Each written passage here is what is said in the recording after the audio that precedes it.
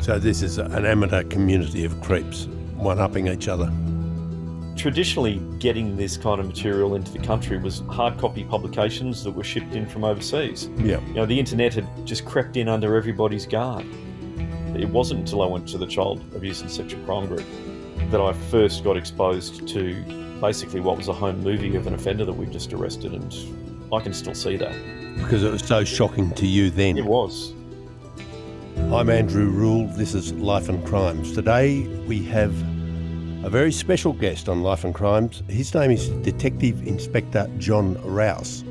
John, if we can call him that, has been with the Queensland Police Force for some decades now, but he has made his name worldwide in the fight against the rising tide of child sexual abuse with a task force called Task Force Argos. John, welcome to Life and Crimes.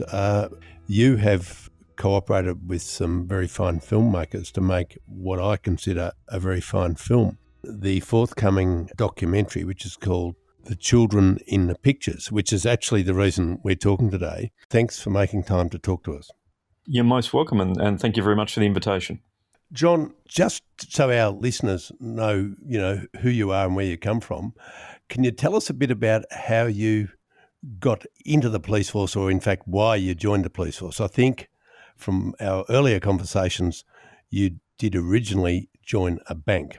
Yeah, okay. So just when I graduated from high school, I was still a little undecided about what I wanted to do with my life.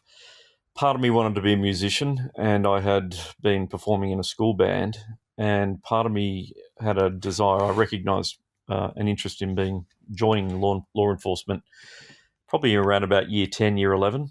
Yep. This is in the early 80s?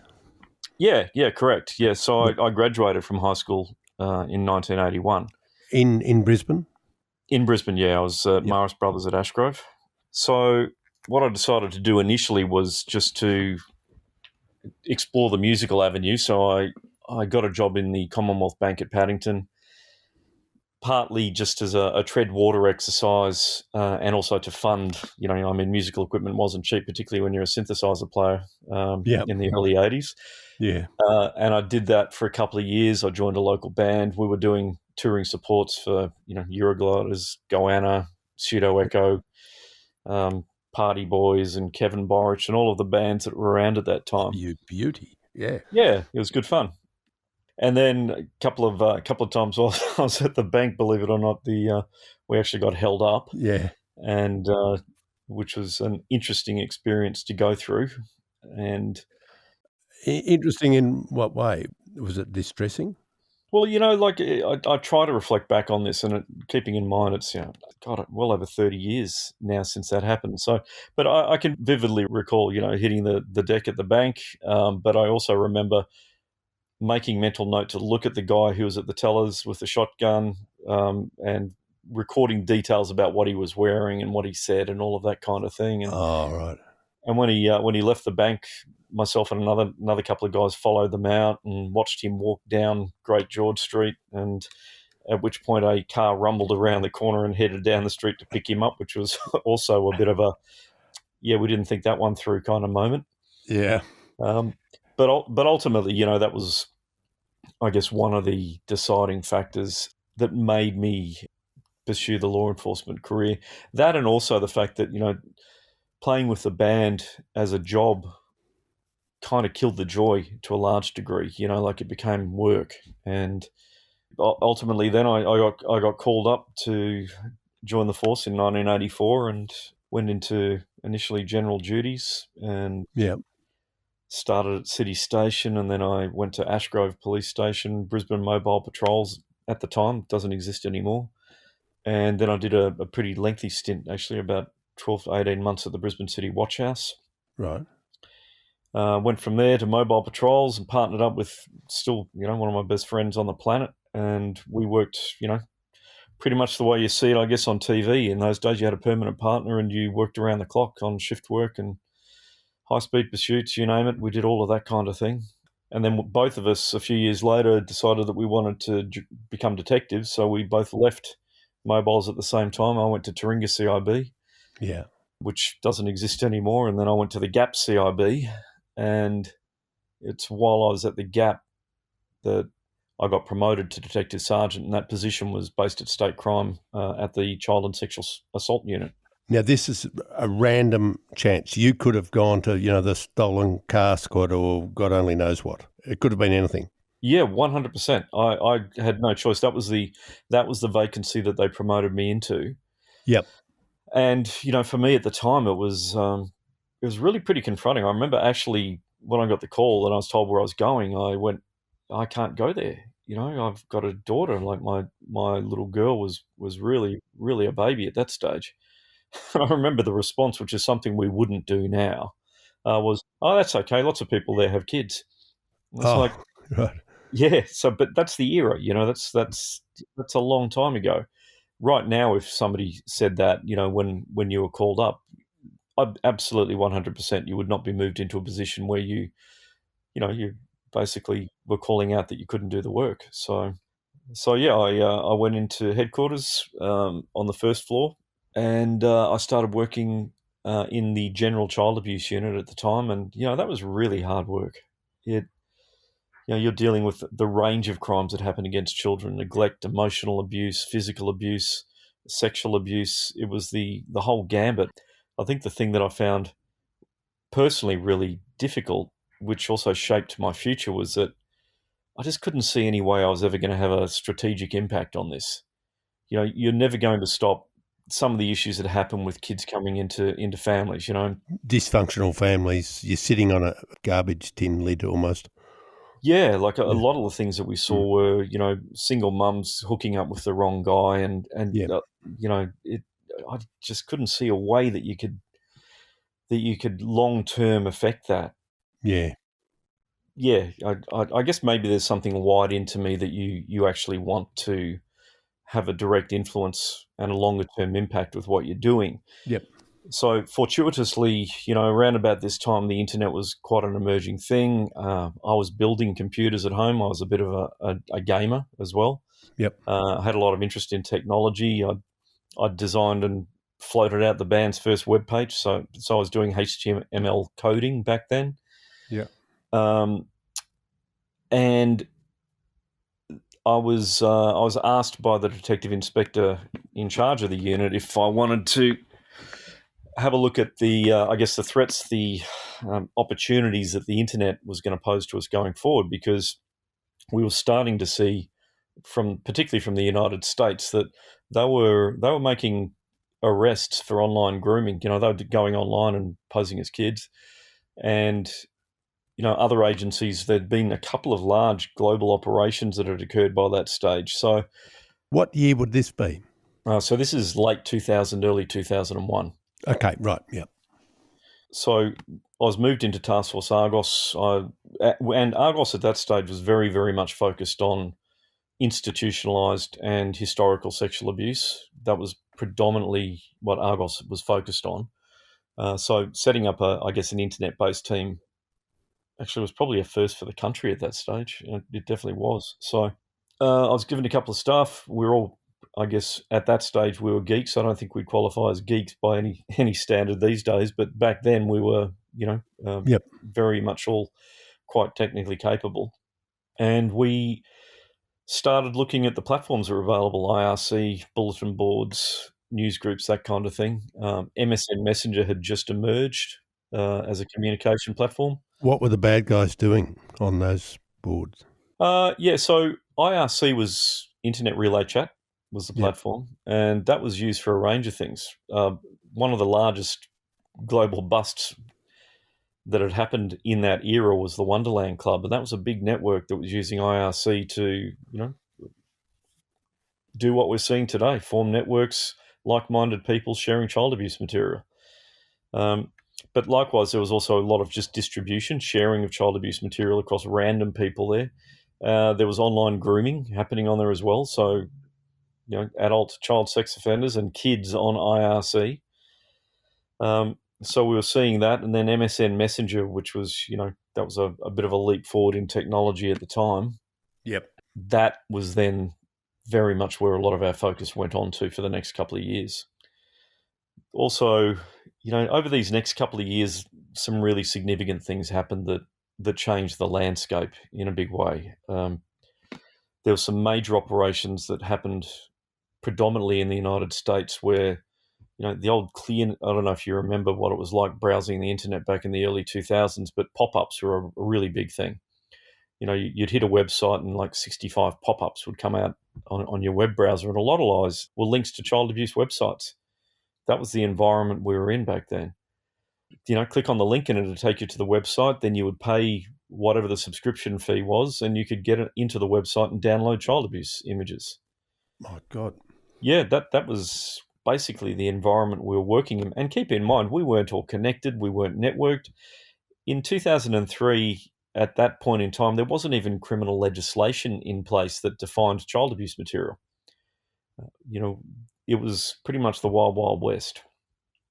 So the concept that we could affect something that was happening in the United States or Germany or any other country was an alien thing to us. Yes.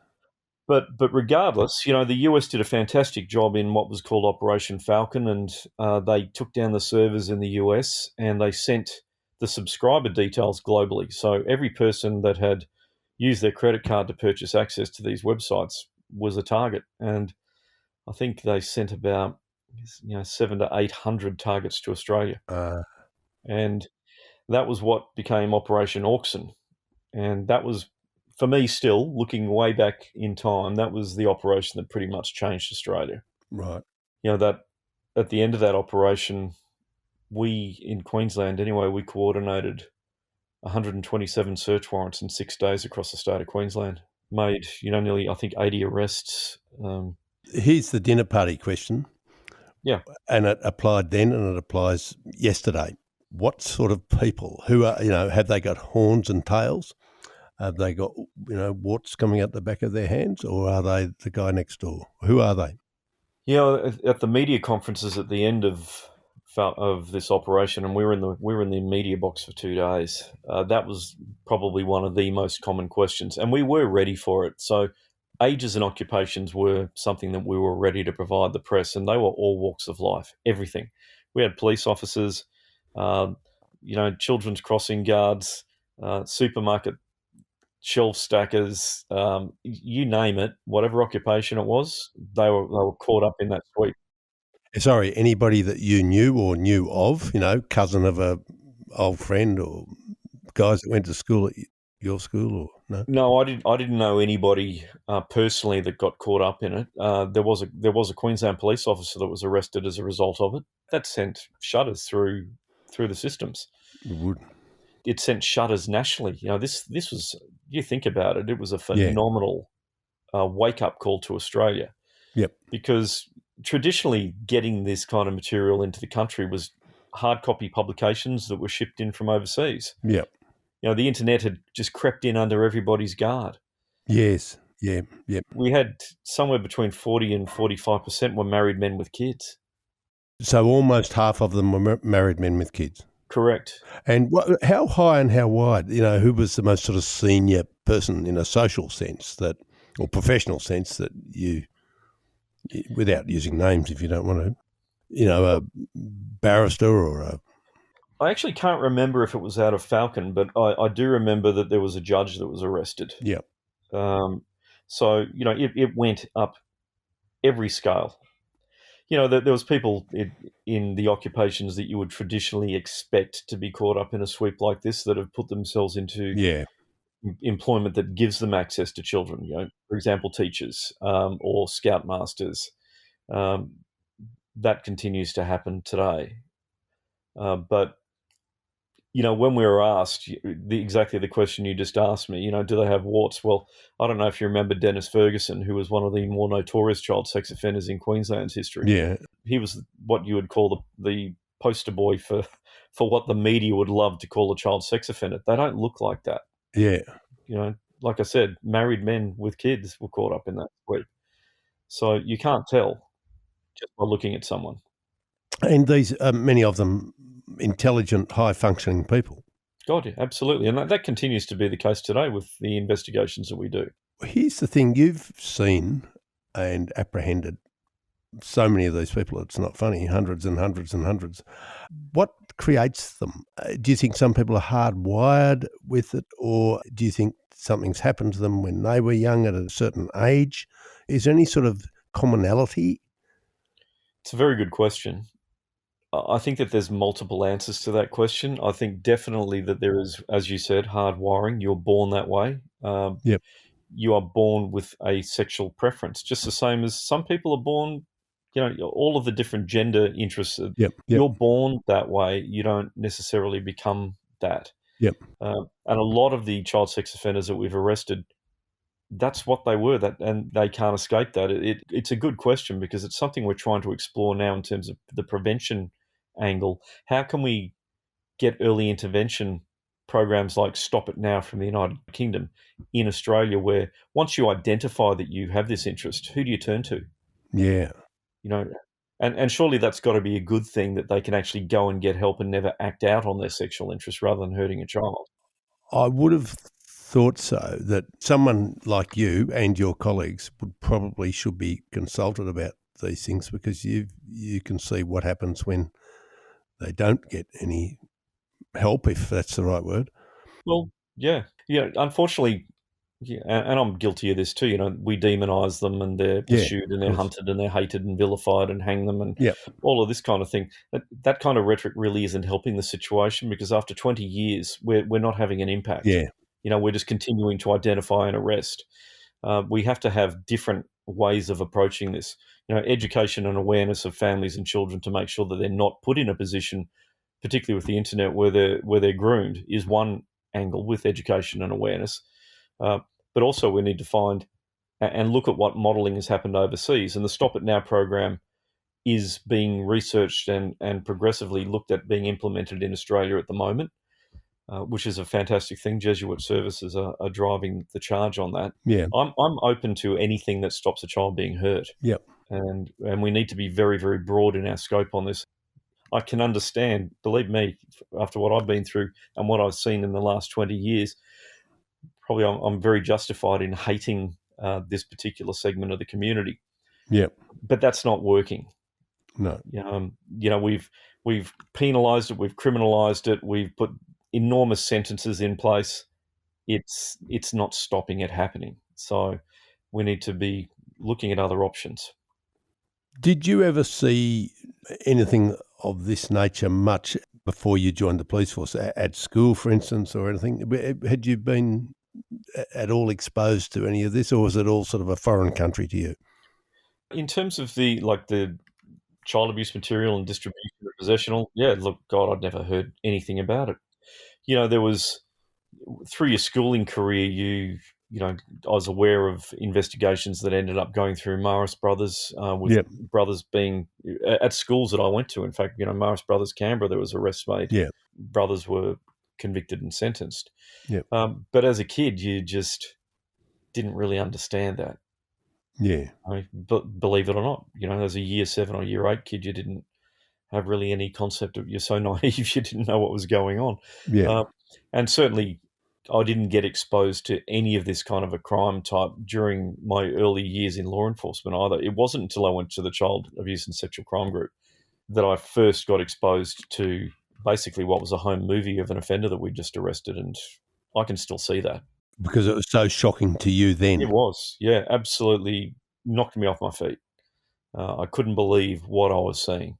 Those kind of things I think get burnt into your retina and you never forget them. And there's just been so many cases in the years I've been there now, that you become very, very, very immune to the material and the content because you're focused specifically on trying to find the child. John, you've seen a lot of offenders over the 20-odd years. Do the men that offend, and it's 99% men, I imagine. Yeah, it is a very high percentage. A high percent. Is it sort of that, it is in the 90s, I imagine? Yeah, look, us arresting female offenders has occurred, but it is definitely in the lower percentage of the arrests. So, if you did a 90%, 10%, you'd probably be pretty safe. Oh, okay. Now, these people that do this, Is it evenly divided roughly between, say, preying on their own biological children, or is it people who have access to, others such as stepkids, the partner's children, the neighbour's children, the children they look after for somebody else, all that sort of thing? Yeah, well, there's actually a wealth of research that's been put into looking at this, and access to the child is exactly what the research shows us. So, brother, sister, aunt, uncle, mother, father, cousin. Your initial spheres of access and influence are predominantly the people that are arrested for the actual physical contact, sexual offending of children, and then it moves in circles out from there, with through the various other people that they're exposed to in their lives, whether it's through sporting associations or school or their gymnastics or whatever other interests the child has that puts them into the reach and contact of potential child sex offenders. Just rule of thumb, what sort of numbers do you see? A lot of fathers molesting their own children?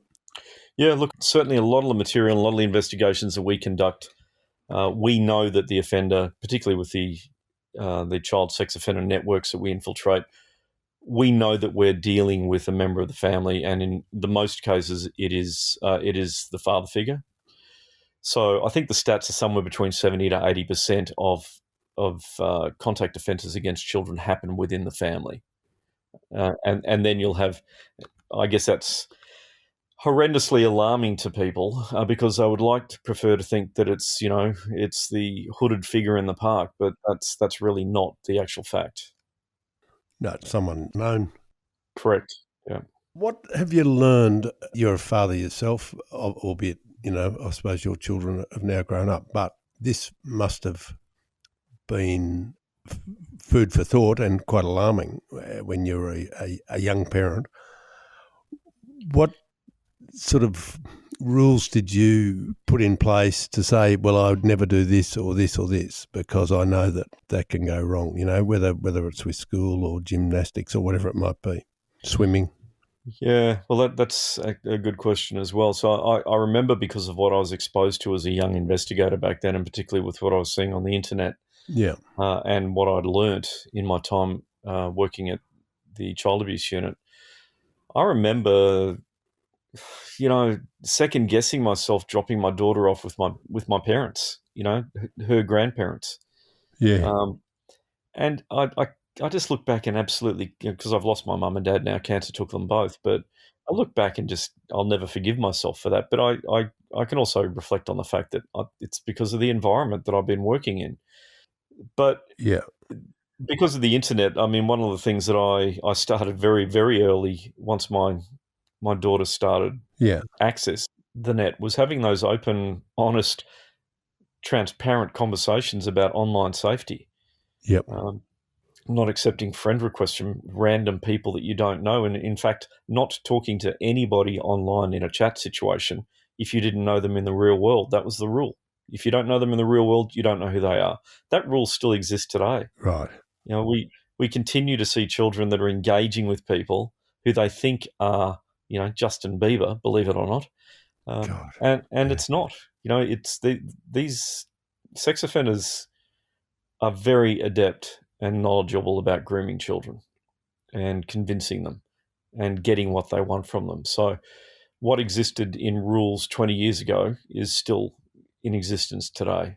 And so those were the kind of conversations I had with my kid. And, she came and told me, I just got this random invite, and I go, what do you do? Block it. Correct. Good girl. There's no good reason for any person who's not a child themselves, let's say. There's no good reason for anybody, over the age of 12 to be making random requests of strangers, is there, to be their friends? Well, random adults making requests for friendship with children has got to be seriously questionable, doesn't it? I would have thought so. Yeah. I can't think of a really legit reason. No, and that's part of what Sonia Ryan in South Australia drove with her Carly's Law, because Sonia lost her daughter to online grooming. Her daughter was murdered, and part of what that law was formed to address was exactly this: going online and pretending to be somebody who you're not to groom a child. So yeah, I would think that any adult non-child sex offender listening to this would not disagree with us. Yes, it's just a strange thing to do, an inherently suspicious thing to do.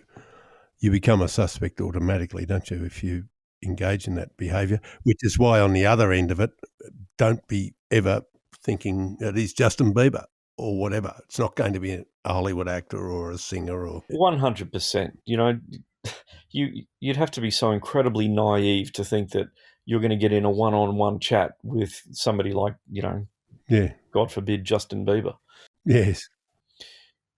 It's just, I guess, loneliness, desperation, all the different reasons why people would think that. But we did have one offender who did pretend to be Justin Bieber and successfully groomed 157 kids that we identified globally. Using the same routine. Using that routine, very adept at it. And, once this is part of the enormous social problem we're facing at the moment in our criminal investigations is the inundation of self-produced content. These children are getting online now that the internet's fully mobile. That was probably the worst thing that ever happened, was the mobile phone. Yep. The smartphone. Yeah. Well, yeah. I'd tell you what, I'd give my child a dumb phone if I had the option now. Yeah. But, they can't monitor their children's usage. The golden rule back in the early 2000s when we were putting out prevention and awareness was always have the computer in a family area. You can't do that anymore. Yeah. So kids are taking their smart devices into the bedroom and they're activating them, after mum and dad even go to bed. Yes. And tragically, what we're seeing in our seizures and in our victim identification teams is a very, very significant increase in content that children are tragically producing on their devices at the demand and sextortion in many cases from child sex offenders. It's pretty clear what you mean by that, but having once established a contact with a child, they persuade them to do something which the child wouldn't want their parents to know about, and then they can just blackmail them. Is that right? Pretty much that's it in a nutshell. Child will be groomed to the point where they will flash or do something, expose themselves. That's captured, and that's it. They've got them. They'll use that then against them, and they'll sextort them. And they're very good at doing it. And quite clearly, from what we're seeing, children don't have the cognitive ability to deal with that. They're terrified. They don't want to tell anybody, particularly not their parents. And they go into this horrendous spiral. It's horrible to see. Do you know if any of these guys have been called out by the kids who say, righto, show mum, show dad, I don't care, call their bluff? Would that be a good technique? It's a gamble because of, it would have to be a calculated gamble by the child to do that, because you wouldn't know that the offender wouldn't then, chuck the link up on YouTube. So I'm not aware of a child calling. I'm sure it's happened, but I'm not aware of a situation where a child has called the offender out. But there's online communities in Tor that are dedicated to just doing exactly what we're talking about here. They call it capping or capturing. Capping is the abbreviation of that. Yeah. And they just get these enormous collections of children, almost like scalps, that they've managed to convince to do this. And it's really quite horrendous to see. And so you can see how things have changed for us in the policing environment. We've gone from targeting online child sex offenders that are committing contact offences against largely intrafamilial abuse, to now trying to deal with this incredible insurgence of children producing the content themselves, groomed by God knows who. Yeah. And it's really stretching our capability to deal with it, because every single day that I'm coming into work at the ACE at the moment, I'm getting requests from the NCA in the United Kingdom to get leads out to go and interview children in Australia. That we're getting identified because they've arrested a capper in the United Kingdom. Right. Now, is this a mixture of motives by the bad guys here? Are some of them actually entrepreneurial figures, promoters in a way, who are gathering this material in order that they can disseminate it for some sort of profit? Look, the financial exchange component of it, we're not seeing. We're not seeing sextortion in that they A, are on selling it, or B, that they're trying to get financial gain from the child. No. So no, not so much. It's a common theme that we've been dealing with for many years now. The commodity is actually the material. The commodity is the image or the video. Right. In networks, the commodity is that you have access to a child. That elevates your status in a child sex offender network. So this is an amateur community of creeps one-upping each other. Look at me, I've got 12 scalps. That's pretty much what we're seeing. Right. Leaving that aside, do we have in other areas, such as that terrible man in the Philippines a few years ago, Scully, where they are producing terribly violent assaults for a market where they are charging people sort of pay-per-view? Is that a thing? Yeah, no, absolutely. Like if you go back to, I guess, what we talked about earlier, the early investigations we did were these pay-per-view websites. That's moved into a huge market in live streaming, particularly from the Philippines, where we've actually got Filipino mothers with their children live streaming to child sex offenders globally. That's been going on for 13 years that I'm aware of. You've got the likes of Scully and what he did. And you've got, we're aware of darknet forums where you're paying cryptocurrency to get into them to get access to content. So there's still a huge financial trade in child exploitation. On the other side, you've got what I just mentioned a moment ago, which is that the commodity is the actual material that they've got. Right. Yep. So there's different aspects. Totally different drivers, different motivations. It's an incredibly broad. Believe you would think that it's not. You'd think that it was probably fairly simple, but the longer you work in this particular crime type, the tendrils and the different ways that it manifests itself is really quite broad, and it's very hard for one law enforcement agency, for example, to be able to cover all of the angles. Jon Rouse, it's been a privilege to talk to you, and I know that sounds like a pat little cliched phrase, but it is a privilege to talk to police officer who is widely admired for the work they do and who's been so effective in something that is so important. And this is important in every family that's out there listening are going to have children or grandchildren, and they're going to say, I think we should listen to this because there's big lessons here about screen time, about probably locking screens away at 9 o'clock at night or whatever it might be. I think it's a whole frontier here that needs to be explored and policed, and that families really have to take notice of the work that you and others have done. And so thanks for being with us. We look forward to seeing the documentary, The Children in the Pictures, which really has come about because of you. Our listeners can see that documentary on SBS from October the 24th, or it's available now. Go to childreninthepictures.org for more information. And don't be frightened to watch it. It does not have distressing images. It does not have horrible, brutal images, despite the fact it is a horrible, brutal subject. It's done with enormous restraint and refinement and to great effect. I thoroughly recommend it. Jon Rouse, we'll talk to you again next week. Fantastic. I'm looking forward to it. Thanks very much. Thanks for listening. Life and Crimes is a Sunday Herald Sun production for True Crime Australia. Our producer is John Burton. And if you want to know more about these stories, links are in the description of this episode.